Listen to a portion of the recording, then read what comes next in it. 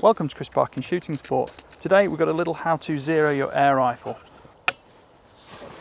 Most people will have a preferred zeroing distance because it's most likely to be the distance they're going to encounter quarry on a regular basis.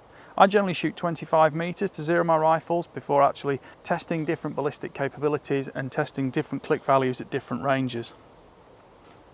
It's fundamental to have a good backstop and make sure the position of the rifle is as stable as possible with whatever accessories you've got available to you. Soft bags and soft supports are better than hard supports, but generally speaking, if you have to only use a hard support, support your hand holding the rifle rather than the rifle itself on a hard surface. Start close up to the target and use a target large enough you can clearly see the pellet striking. I would always shoot groups rather than single shots. This allows you to eradicate bad shots or ones badly affected by crosswinds. A first focal plane scope is one where, as you zoom up, the reticle appears to get larger along with the target, but this means the reticle stays in exact proportion with the target, meaning that the hash marks on the reticle give you accurate dialing capability, which will match your turrets, whether it's in minutes of angle or milliradians. The reticle should be matched the same. Second focal plane scopes are one where the reticle remains constant in size regardless of magnification setting. These require a specific magnification setting to correspond with any corrective dial clicks. But the centre of the reticle is always the centre of the reticle, and for now I'd always work in using the centre of it. It's imperative to try and practice perfect trigger control and keep the rifle as stable as possible. Not all scopes have adjustable parallax control for different ranges.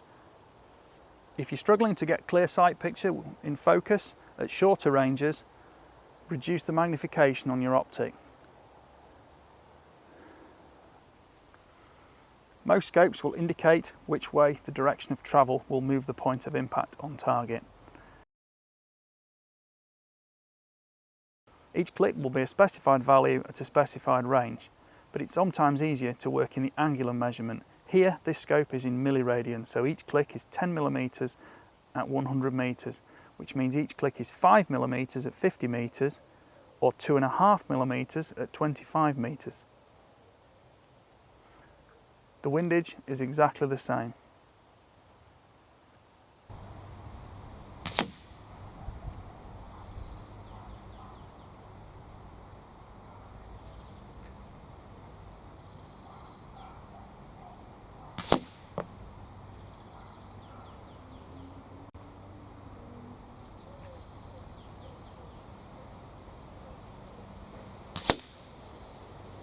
Most clicks are calibrated at 100 yards or 100 meters in either quarter or half minutes of angle, which is approximately quarter or a half inch at 100 yards, or if they're a milliradian scope, clicks are usually 10 millimeters at 100 meters.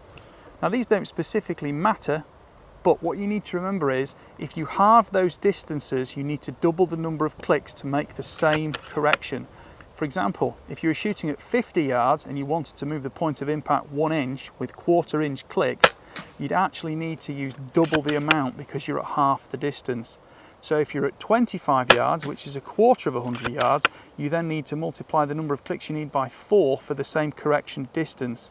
A lot of people now prefer to work in angular measurements like minutes of angle or milliradians, especially when these correspond with first focal plane reticles, which clearly indicate exact aim off and dial off values regardless of the magnification setting.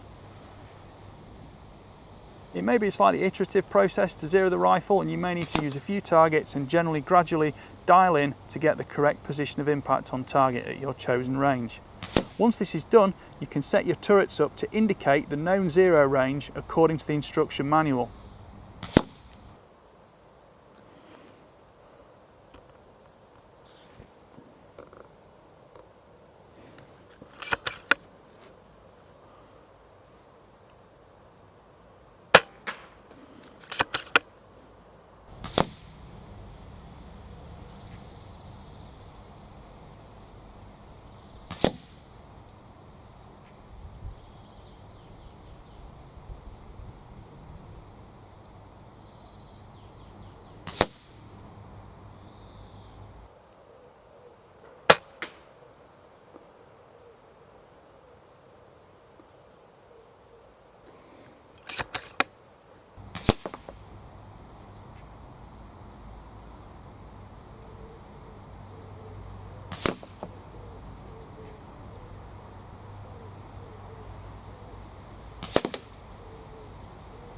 I would always recommend using targets large enough that you can clearly see them. Don't pick a target so small the reticle almost covers it. Make sure you can quarter the target or hold central between concentric rings, for example. Using the crosshair on a larger circle usually gives you unnerving capability to find the middle of it without thinking or trying too hard and focusing your image.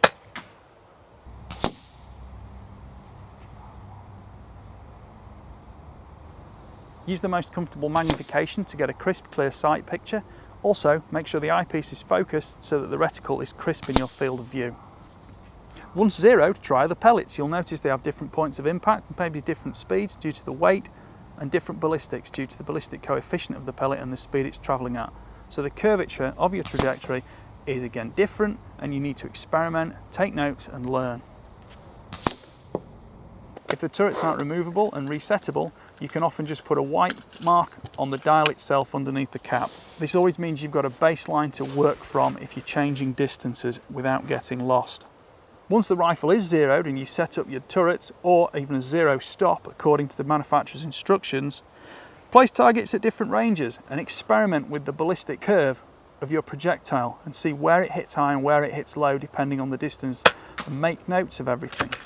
These can be extremely helpful in the long term and great when hunting, because quarry is never at a specified range. So knowing the curve of your trajectory to dial or aim off to strike the quarry where you want it to is imperative to safe, effective hunting. If you're very new to rifle shooting, you may find that your groups will get better as you continue through this process.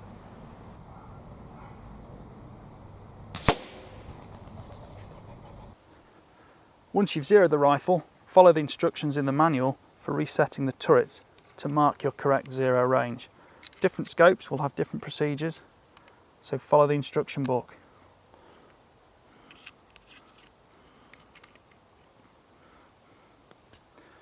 Some scopes may also have a zero stop facility, which means you can't get lost below a certain point.